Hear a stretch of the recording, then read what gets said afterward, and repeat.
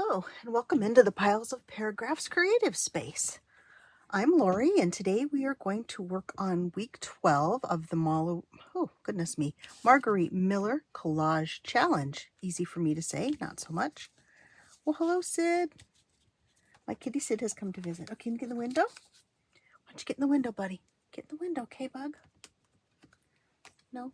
Okay. Sit down right there then, buddy. Okay. Oh, sorry about that.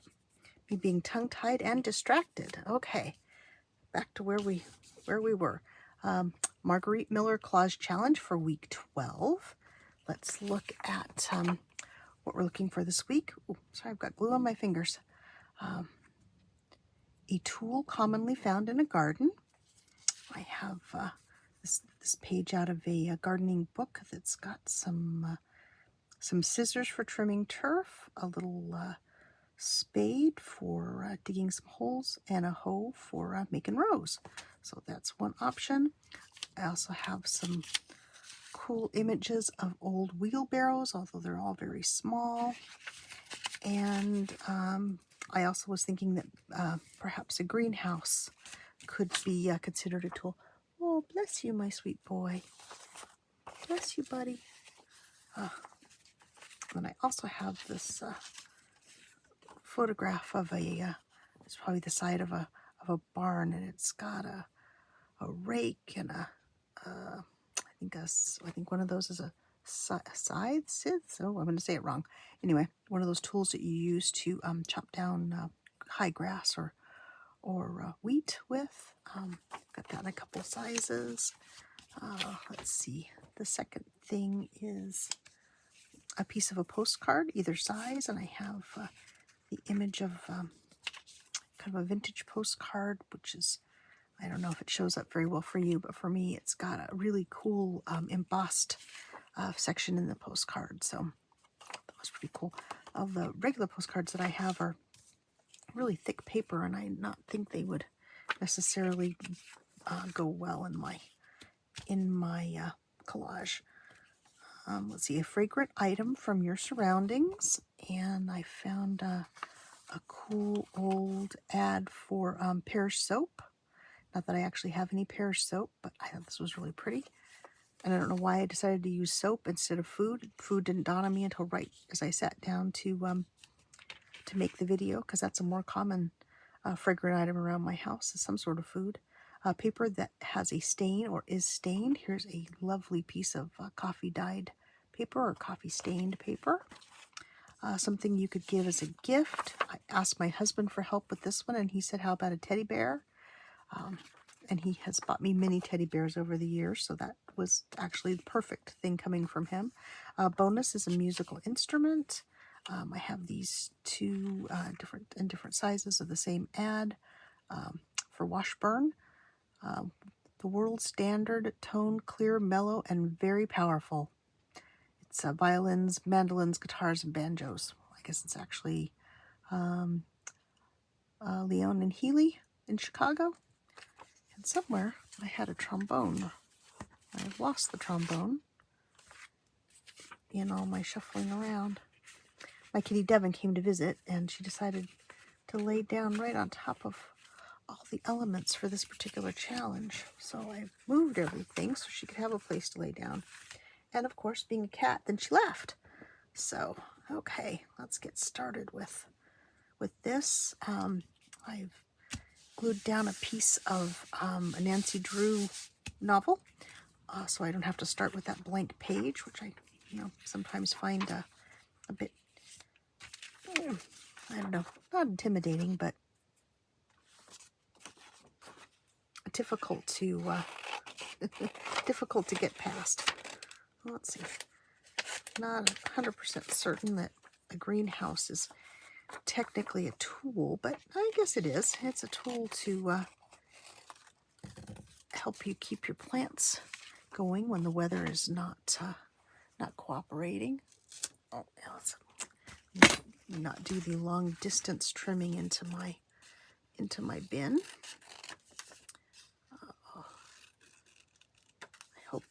I hope everyone is doing well, and as always, I hope you've had a chance to do something creative lately. let's see. Let's start with that. Save those wheelbarrows. I love this picture, but it just, I don't know. Doesn't really, it's not really jumping out at me today. Let me trim this down too, just in case I decide I would rather use these. Those are more true to the wording in the prompt. Let's see. So it's a piece of a postcard. So let's see. Let me fussy tear off this edge. Tear off some of the embossing, unfortunately. Then I can tear that piece off. And then we can put that up here at the top. We can add our greenhouse in there. Fragrant item is the Pears soap. Let's see. Do a little fussy tearing on this piece too. I'm going to say hello to my friend Marianne, and I've still got my note up telling me to speak up, so I'm trying to be mindful of speaking loudly and clearly. Let's see.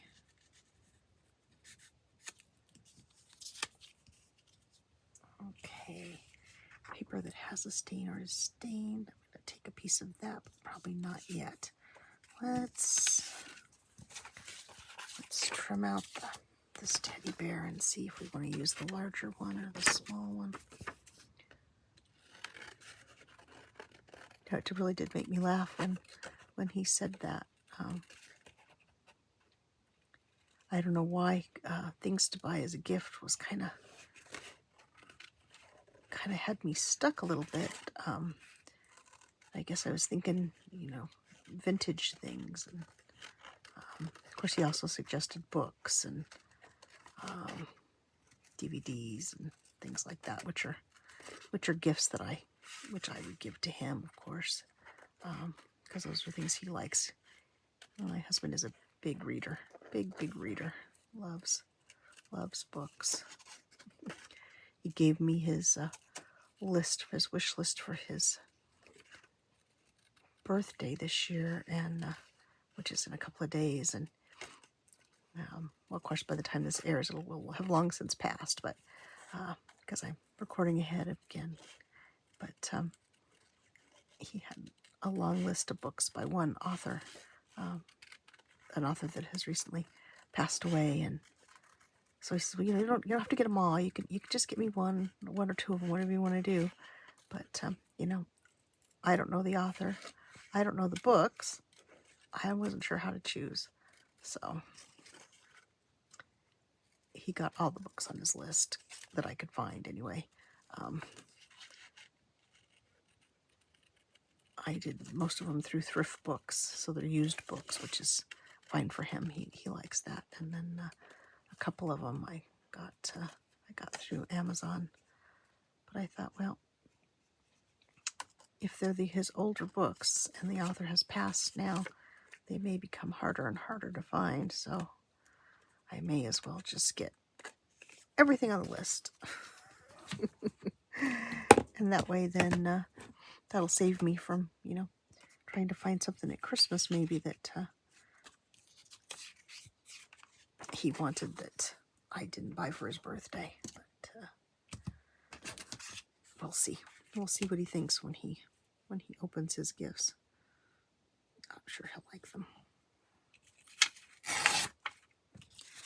I try to always give him choices for my birthday or Christmas or whatever, and inevitably, as soon as I start giving him the things on my list, he starts buying them. So I have to be mindful that, if I give him 4 or 5 things, I'm going to get 4 or 5 things, even though that wasn't my intention. I try to do kind of a rule of threes with stuff like that, because we're very fortunate, and we don't really need things. You know, it's not like when we were younger and we couldn't get the things that we wanted when we wanted them. So we always try to do something we want, something we need, and an experience. So his books are more than one thing that he wanted, but that's okay. Glad I could find them. Let's see. Teddy bear down here. Oh, we've still got the musical instruments. Yeah, that bear may be too big. Oh, I've got the garden tool in twice, so maybe I'll take that out for the moment so I can fit the. Gosh, I wish I knew what I did with my perfectly trimmed out trombone. I know it's over here in the stack of stuff that I moved for Debbie. Oh well. I don't know. Goodness, don't I always say I think I've got myself so well prepared, and then I start the video and thought, something has gone missing. Darn. That would have fit on there really nicely too. Okay, sorry, I promise I'll stop looking. Okay. Oh, good heavens. You're all yelling at me, weren't you? Because it's right there in front of me the whole time. Oh my goodness. I had no excuse for that today. I slept pretty well last night, and I'm feeling relatively rested. Okay, so we still have this pretty piece of coffee dyed paper. I don't know if this is a piece I got from my pal Vernie at Triple V Vintage on Etsy or not. She is really an excellent coffee dyer. She has it down to a system, and I love her stuff. It's always a pretty addition to whatever I use it in.